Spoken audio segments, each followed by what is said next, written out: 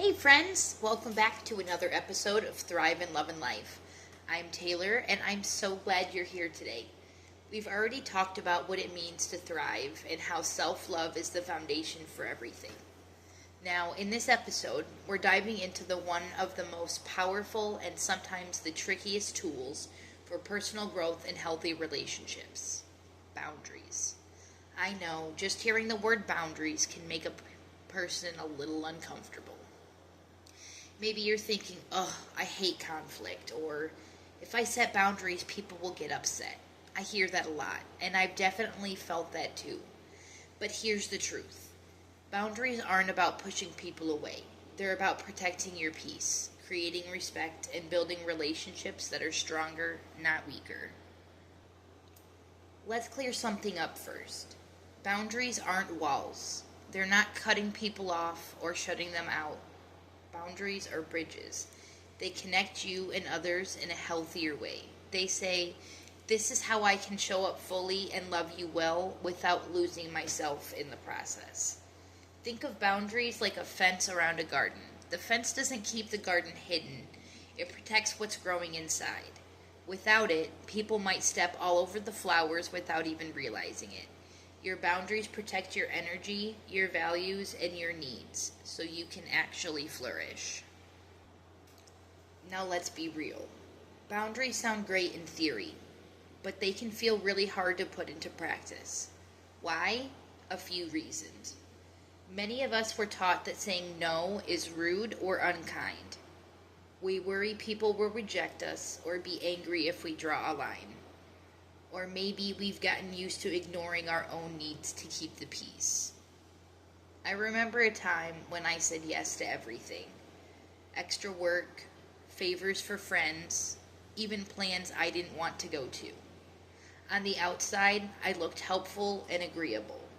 On the inside, I was resentful, exhausted, and honestly, not very fun to be around.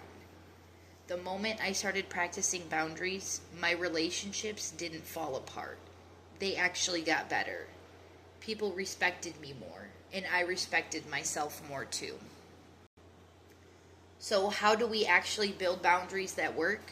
Let's look at three key areas. Number one, emotional boundaries. These protect your feelings and your mental space. For example, maybe a friend loves to vent for hours, but you always leave the conversation drained. An emotional boundary could sound like, "I care about you, but I can't take calls late at night. Let's talk tomorrow when I have the energy to listen." Number two, time boundaries. Your time is one of your most valuable resources.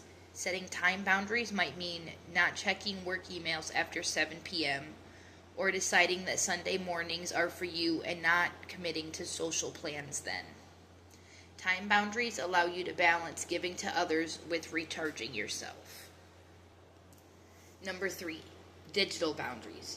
In today's world, this one is huge. It's deciding how much access people have to you through your phone. Maybe you don't respond to text immediately, or you turn your phone off after a certain hour. Or maybe it's unfollowing someone on social media who constantly drains your energy.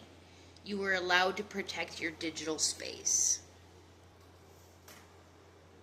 Okay, so now you might be thinking, that all sounds nice, but how do I actually say it without feeling guilty? Here's the key: be clear, be kind, and don't over-explain. You don't need to write a 5-paragraph essay every time you set a boundary. Short and simple works. For example, "I'm not available tonight, but thanks for inviting me." "I need some quiet time right now. Let's talk later." "Please don't joke about that. It's not okay with me." Remember, the people who truly care about you will respect your boundaries. And if someone doesn't, that's valuable information about the relationship itself. So here's a little exercise for you this week. Grab a journal or open your notes app and answer these questions. 1. Where in my life do I feel the most drained right now? 2. What boundary could I set that would protect my peace in that area? 3. What's one simple phrase I could use to communicate that boundary? You don't need to set 10